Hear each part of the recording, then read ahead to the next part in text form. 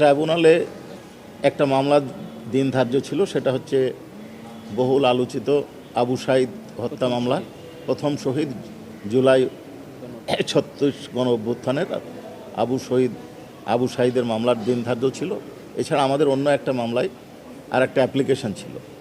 আজকে গত ২রা মার্চের আদেশের প্রেক্ষিতে অনারেবল ট্রাইব্যুনালে আবু সাঈদের হত্যাকাণ্ডের সাথে যারা জড়িত তাদের 4 জনকে ট্রাইব্যুনালে হাজির করা হয়েছিল। একজন হচ্ছে আমির হোসেন, আর একজন সুজন চন্দ্র রায়, আর একজন শরীফুল ইসলাম এবং আর একজন হচ্ছেন মোহাম্মদ ইমরান চৌধুরী।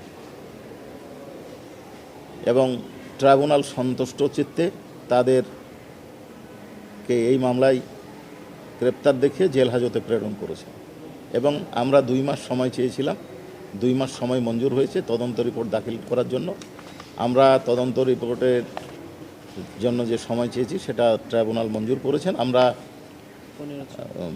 15/6 পরবর্তী দিন ধার্য হয়েছে। 26 জনের বিরুদ্ধে প্রাথমিকভাবে এখন পর্যন্ত আমরা অভিযোগ পেয়েছি। আমাদের তদন্ত প্রায় শেষ পর্যায়ে। আশা করছি আমরা পরবর্তী ধার্য তারিখে রিপোর্টটা দাখিল করতে পারব।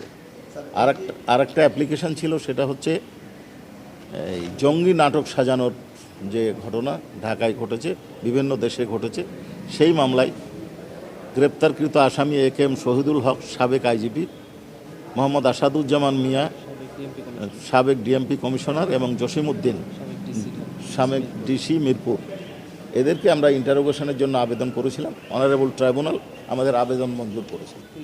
এখানে পুলিশ অফিসারও আছেন, সাধারণ ছাত্রলীগ যুবলীগ অর্থাৎ অ্যাট্রোসিটির সাথে যারা জড়িত, সেই ক্ষেত্রে আওয়ামী লীগের হেলমেট বাহিনী আছে, তাদের সহযোগী আছে।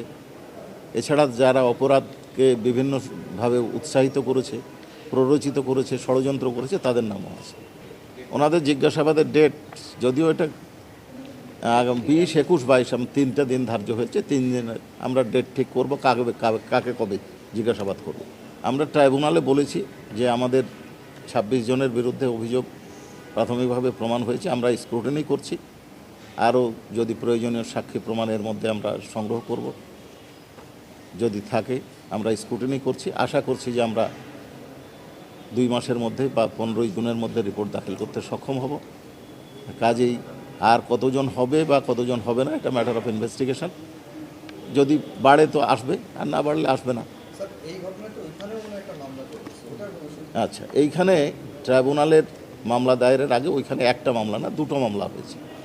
একটা হচ্ছে তৎকালীন স্বৈরাচারী সরকার ঘটনাকে ভিন্ন খাতে প্রবাহিত করার জন্য একটা মিথ্যা মামলা দায়ের করেছিল ছাত্র জনতার ওপর। আমরা পরিষ্কার দেখেছি, আপনারাও দেখেছেন, আপনাদের কোনো চ্যানেল সম্ভবত লাইভ সম্প্রচার করছিল। তাতে দেখা যাচ্ছে পুলিশ আবু সাঈদকে গুলি করছে, আর পুলিশ অফিসার যিনি মামলা করেছেন তাতে বলছে যে মাথায় আঘাতে মারা গেছে, ছাত্র জনতাদেরকে আসামি করা হয়েছে।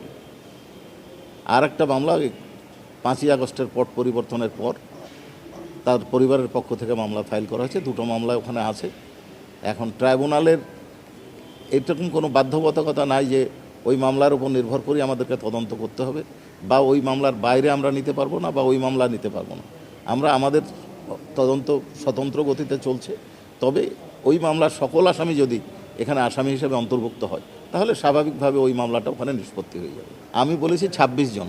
আমি কি বলেছি কোথাও যে শেখ হাসিনাকে আসামি করা হয় নাই? হয়েছেও বলি নাই, হয় নাইও বলি নাই। এটা ম্যাটার অফ ইনভেস্টিগেশন। তবে আপনারা দেখেছেন যে আপনি যার নাম বলছেন, ওনার ইনভেস্টিগেশনে অনেক ঘটনাই ঘটেছে, এটা তদন্তে আসবে।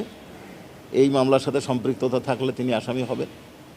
আর এই মামলাতে এই ধরনের আইসিটির মামলায় আপনারা জানেন যে একাধিক আসামি, একাধিক বিচার হতে কোনো বাধা নাই। একটা ঘটনাতে 5টা মামলা হতে পারে, 5টা বিচার হতে পারে। তদন্তের নাম তো 26 জনের আসছে, কার আসে নাই এটা আপনাদেরকে এই মুহূর্তে আমি বলতে চাচ্ছি না।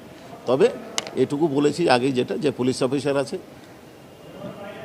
পাবলিক বা জনসাধারণও আছে, হেলমেট বাহিনীর লোকজন আছে, প্রশাসনের লোকজন আছে। বাকি যে কিছু তদন্ত বাকি আছে, সেই তদন্তে যদি আরও কারো নাম আসে পরের রিপোর্টে থাকবে।